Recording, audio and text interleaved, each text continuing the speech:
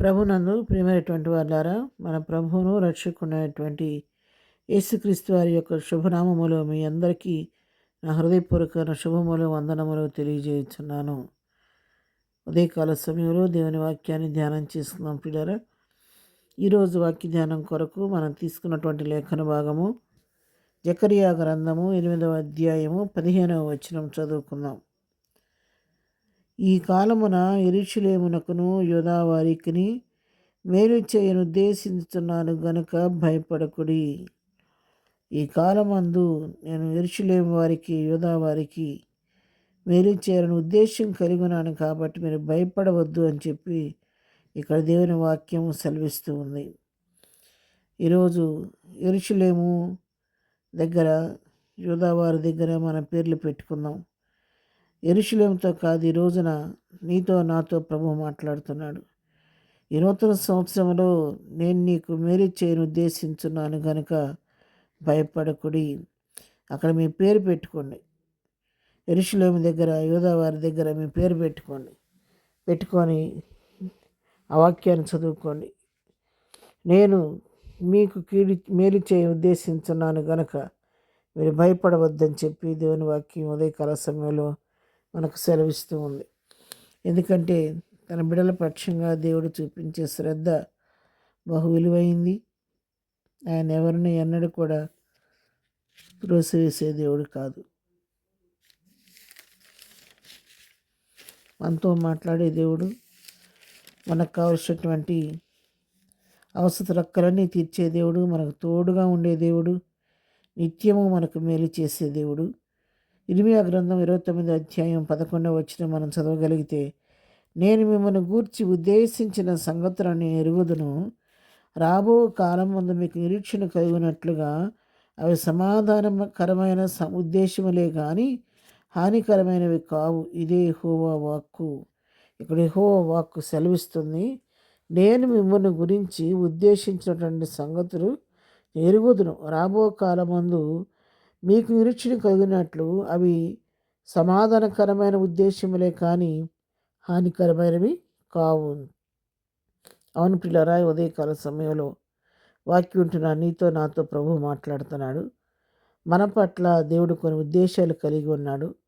మన నిరీక్షణ కలగటానికై మరి కొంత ఉద్దేశం కలిగి మనకు మేలు చేయాలని ఆశపడుతూ ఉన్నాడు.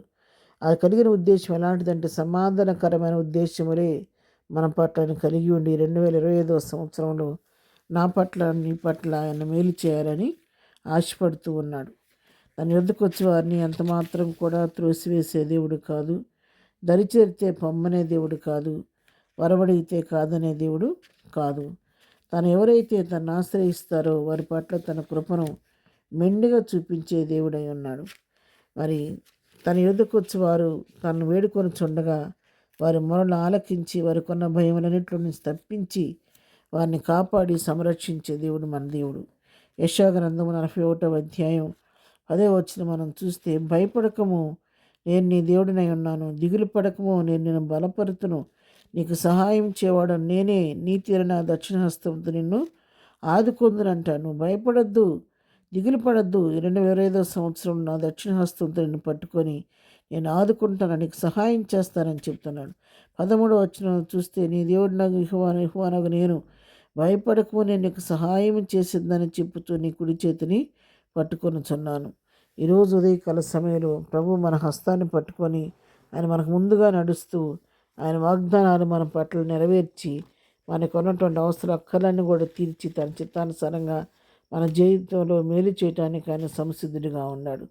కాబట్టి ప్రియరాయి ఉదయకాల సమయంలో దేవుని వాక్కు నాతో నీతో మాట్లాడుతుండగా ప్రభు అని విశ్వాసంతో ప్రభు సన్నిధిలో మరి ఆయన మేలు చేసేది నమ్మి ఆయనకి మొరపెట్టుకుందాము. ఎందుకంటే ఎప్పుడైతే ఆయన సన్నిధికి వెళ్ళి మనం మొరపెట్టుకుంటామో అప్పుడు మన మొరలు ఆలకించే దేవుడు, అనేకమైన అద్భుతాలు చేసే దేవుడు, ఆశ్చర్యంగా మనతో మాట్లాడే దేవుడు. ఇర్మీయా గ్రంథం 33:3లో మనం చూడగలిగితే, నాకు మొరపెట్టుము, నేను నీకు ఉత్తరం ఇచ్చేదను, నువ్వు గ్రహింపలేని గొప్ప సంగతులను, గూఢమైన సంగతులను నీకు తెలియజేస్తున్నాడు. మనం గ్రహించాల్సింది ఏంటంటే, మనం ఆయనకు మొరపెడితే చాలు, ఆయన మొరపెడితే చాలు. మనం మొరపెట్టినప్పుడు ఆయన మా మొరలు ఆలకించి మనకు ఉత్తరం ఇచ్చే దేవుడు. అంతేకాదు గూఢమైన విషయాలు మనకు తెలియచేస్తాడు. గ్రహింపులేని గొప్ప సంగతులు ఆయన తెలియచేసే దేవుడు కాబట్టి మరి 2025 సంవత్సరంలో మనం కూడా ప్రభు సన్నిధిలో మొరపెట్టుకుందాం. ప్రభువా, నా పట్ల నీకున్న ఉద్దేశములు గొప్పవి కాబట్టి, సమాధానకర ఉద్దేశం నా పట్ల కలిగి ఉన్నావు కాబట్టి 2025 సంవత్సరంలో నాకు మేలు చేయి, నా కుటుంబానికి మేలు చేయమని మనం ప్రార్థిస్తే తప్పకుండా ఆయన సమస్తానికి మనకు సాధ్యపరిచి అద్భుత రీతిగా మన పట్ల కార్యాలు జరిగించే దేవుడు. ఈ దినం పునరుద్ధాన దినము దేవుని సన్నిధికి వెళదాం.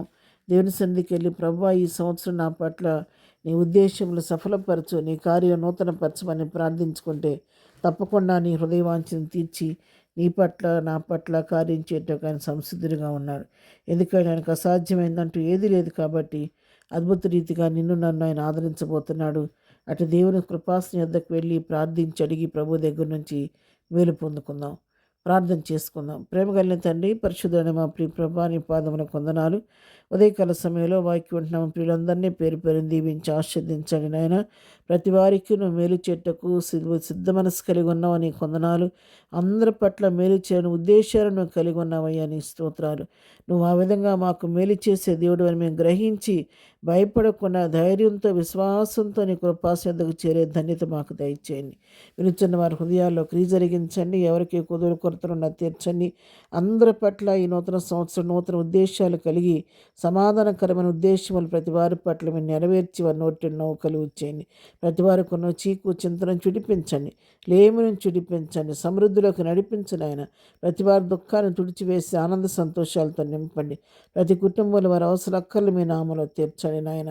ప్రభువా, ఎవరి హృదయవాంఛతో ఉన్న వారి హృదయవాంఛను తీర్చండి. పునరుద్ధానపు దీవెనలతో ప్రతి కుటుంబాన్ని ప్రతి బిడ్డను నింపి నడిపించండి.